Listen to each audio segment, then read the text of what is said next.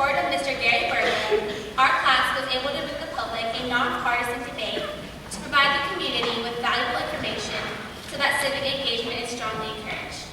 By using the technology that is available, we students and members of the community were able to submit questions for the debate via Facebook and Twitter. With the many resources around us, we have learned that there is no excuse for being apathetic in regards to political involvement, and in order to pick a representative that best represents you, you must hear both sides of the issue. So without further ado, I turn the mic over to Megan Abel, who will introduce the men who graciously agreed to take part in our project. Thank you.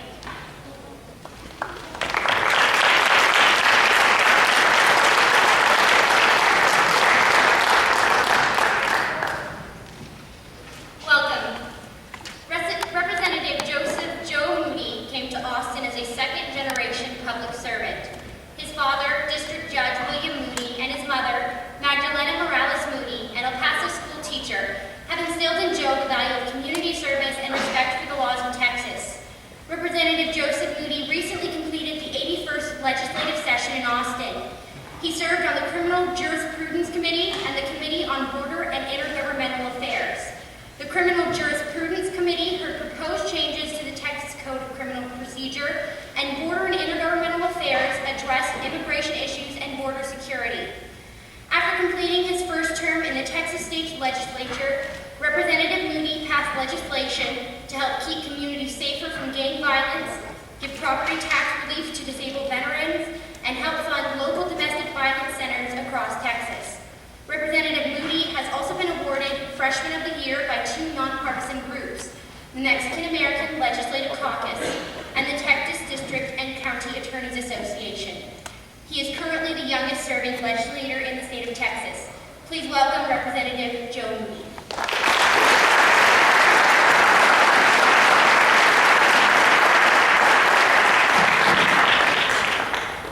For over 30 years, Mr. Dee Margo has worked at the John D. Williams Company, JDW Insurance, with El Paso roots dating back to 1898, working his way up through the ranks from vice president in 1977 to president, and now to his current position of chairman and CEO.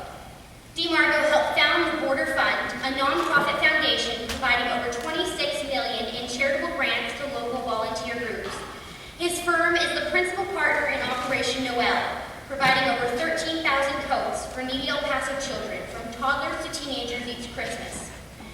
Dee Margo is an active member of the Greater El Paso Chamber of Commerce, El Paso Regional Economic Development Corporation, the Paso del Norte Group, Rotary Club of El Paso, and has served 8 years as the civilian aide to the Secretary of the Army on behalf of Fort Bliss. Dee and Adair, a fourth-generation El Pasoan and founder of the Adair and Margo Gallery, have two sons, Wake and Dawn. Dee's Texas roots date back 4 generations to the Rio Grande City. Please give a warm welcome to Mr. Dee Margo.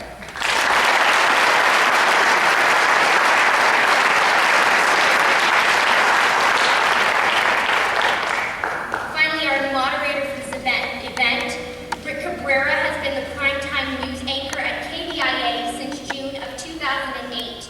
You can see him Monday through Friday anchoring ABC 7, 5, 6, and 10. Rick kicked off his broadcast career as a sports producer at KPHO-TV in Phoenix.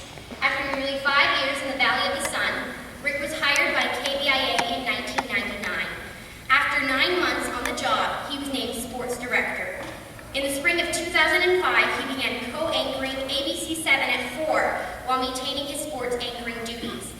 Then in June of 2006, he began co-anchoring El Paso's most watched and highest rated morning show, Good Morning El Paso, and ABC 7 at noon.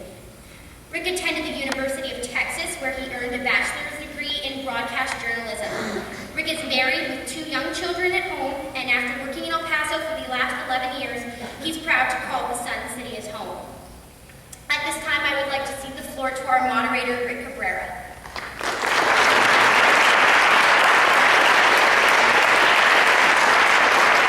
Thank you very much. I want to first thank the candidates for taking some time to be with us. Only 2 weeks until Election Day, of course, the election, 2 weeks from today. We know you're both very busy. We appreciate you making some time for the voters here of El Paso. I also want to thank you, our audience, for being here tonight. This should be an enjoyable evening, and we're certainly looking forward to it. We'll get right to it at this point.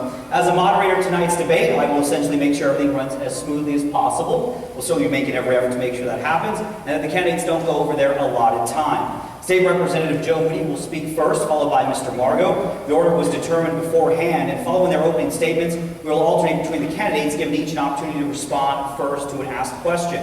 After each question is asked by a student, the first speaker will have up to 2 minutes to present his position, and the second speaker will have up to 1 minute to respond, followed by another 30 seconds for the first speaker to offer a rebuttal. In total, we will have 50 minutes for the candidates to respond during tonight's debate by the students' questions. And any questions from the candidates about the format at this point?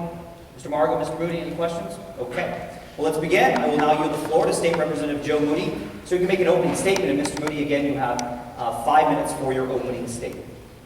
Thank you, Rick. First of all, I want to thank everyone here at Coronado High School who's helped put this together. I know it was done on very short notice, so I appreciate that. To the AP government students, thank you for your attention and focus on this very important election, and for all of your hard work in putting this night together. To Mr. Berglund, I don't know if he's backstage or in the audience, everyone in this room can point to a teacher in their life who made a huge difference for them.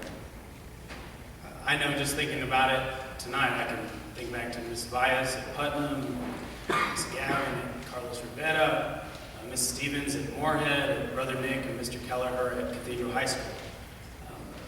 I know those teachers made a big difference in my life, and I'm pretty sure, watching you work with these students, that you're going to be that teacher for a lot of these students here at Coronado High School. Also to Principal Morales, who has so graciously opened Coronado High School to us. We appreciate that. These elections are crucial to the future of El Paso and Texas. So I sincerely appreciate the invitation to be here, and I appreciate the questions and the conversation that we'll be having tonight. And being the youngest state representative in Texas, I take to heart the needs of our coming generations. The laws passed today might impact your parents and your grandparents, but they impact your lives in a huge way too. How public and secondary schools are funded, what you're taught in the classroom, the affordability and availability of higher education once you graduate from high school, and the economy that awaits you once you get that degree that you want. I've been proud to serve as state representative for the very neighborhoods that I grew up in. I look forward to tonight's important conversation, and I am ready to keep moving El Paso forward. Thank you.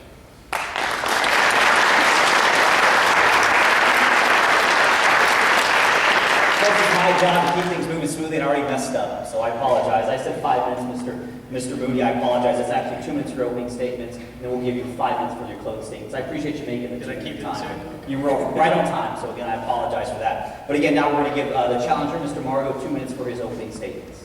Thank you, Rick, and thank you all for having us here. This is great fun. As you know, I'm married into some Coronado grads. My wife is a 1972 grad of Coronado. She was one of your outstanding exes some years ago.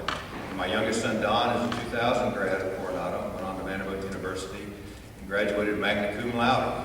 And that was as a result of the education he received here at Coronado High School. So you all are to be complimented. When I graduated from college, it was thank you, Lordy.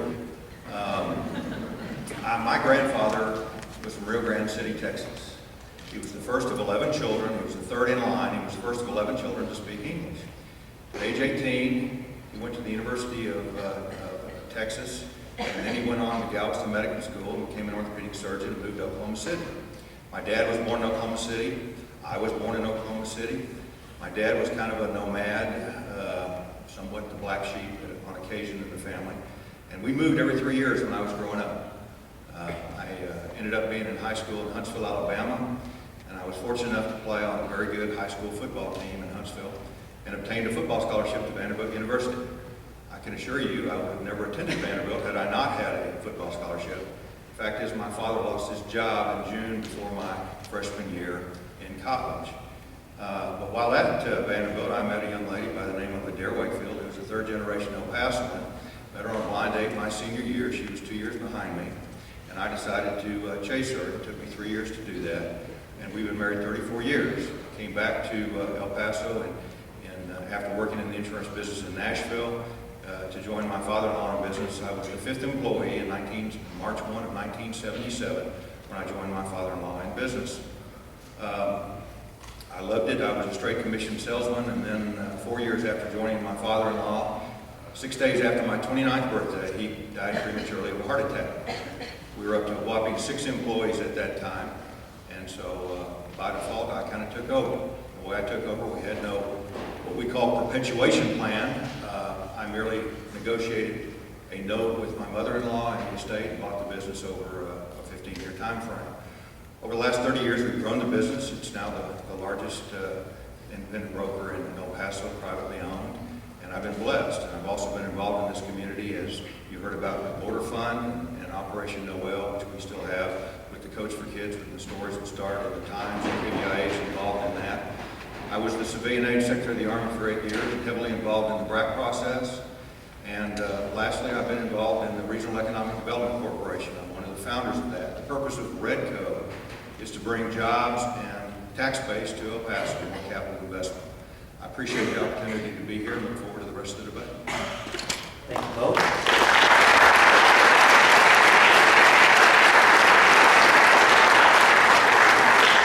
I think you've waited long enough. Let's get to our first question, asked by a Coronado student. And this first question will begin with Mr. Margo. You will field the first question. What are you willing to do to alleviate property owners in El Paso from the enormous and disproportionate tax burden placed on our backs by the mismanaged taxing entity? Well, I'm assuming you're talking about property taxes. From the standpoint of property taxes, we are. We're inverted here in El Paso. We have $42.5 billion of appraised taxable property value, and 64% of it's residential. We're inverted for a city of our size. Every other major metropolitan area in the state of Texas has the reverse. They have more commercial property than they have residential. So we're automatically putting a burden on the taxpayers of homeowners. That's one of the reasons we started the Regional Economic Development Corporation. It isn't going to happen overnight. It isn't going to be changed. We had a tax reduction in the last legislative session by 1/3 on the property tax base, which forced the issue on the they call it TRE, or vote that failed a few months ago. But in any event, the issue we have in our community is the fact that we've not attracted enough corporate commercial capital investment. And that is the only thing that's going to alleviate part of our property tax burden, is to have more commercial property. And that's the purpose of the Regional Economic Development Corp, which has right now about 180 prospects. And I think over half of them have already visited El Paso, and we've got a real chance. Historically, we've gotten better than 1 out of 2 in closings for attracting business here and capital investment. But as I say, it isn't going to change overnight. But the thing I'm concerned about is making sure we don't add to that burden in the legislature next session with an $18 billion plus deficit.